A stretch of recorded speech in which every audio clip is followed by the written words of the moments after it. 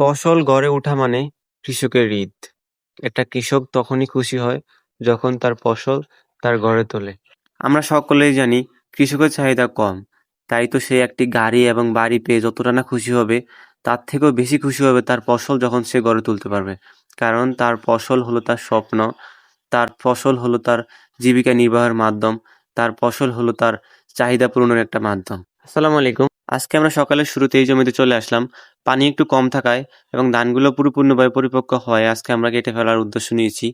আলহামদুলিল্লাহ সবকিছু সুন্দর মতো পরিকল্পিতভাবে কাটতেও পারছি। আপনি যখন একটা কাজ মন থেকে করবেন তখন আর আপনার ওটার মধ্যে কোনো আলস্য লাগবে না, ওটা আপনার কাছে খারাপ লাগবে না, উল্টো ওটা আনন্দের মতো লাগবে। আপনি কৃষিকাজ ছাড়া কখনোই আপনার দিনের বরকত পাবেন না। আসলে যখন আপনি কৃষিকাজ করতে নামবেন তখন দেখতে পারবেন দিনের আসল বরকত, আসলে দিন কত বড়। আর যখন আপনারা চাকরি বা বিভিন্ন কর্মস্থলে ব্যস্ত বা কোলাহলের মধ্যে আমরা থাকি তখন দিনের বরকত পাওয়া যায় না। আমরা একে একে সবগুলা ধানের চটি বেঁধে বাড়িতে নিয়ে যাচ্ছি, কারণ দিকে যদি রাখতে যাই বেশিক্ষণ বৃষ্টি আসার সম্ভাবনা আছে।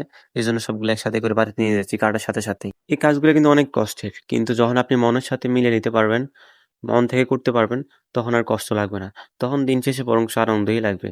কারণ ওই যে কৃষক, তার মুখে হাসি ফোটে বাড়িতে ফসল তোলার পরে। কৃষকের গ্রামের আসল মর্যাদা পাওয়া যায় তখনই যখন কৃষক তার সবকিছু চাহিদা একসাথে মিটাতে পারে, মানে তার স্বপ্নের ফসল বাড়িতে তুলতে পারে। আমাদের যেহেতু কৃষি প্রধান দেশ, তাই আমাদের সবসময় উচিত কৃষিকে আরো বেশি অনুপ্রাণিত করা, যাতে আমাদের দেশকে আরো বেশি এগিয়ে তুলতে পারি কৃষির মাধ্যমে। সবাই ভালো থাকবেন। আল্লাহ হাফেজ। আসসালামু আলাইকুম রহমতুল্লাহি ওয়া বারাকাতুহু।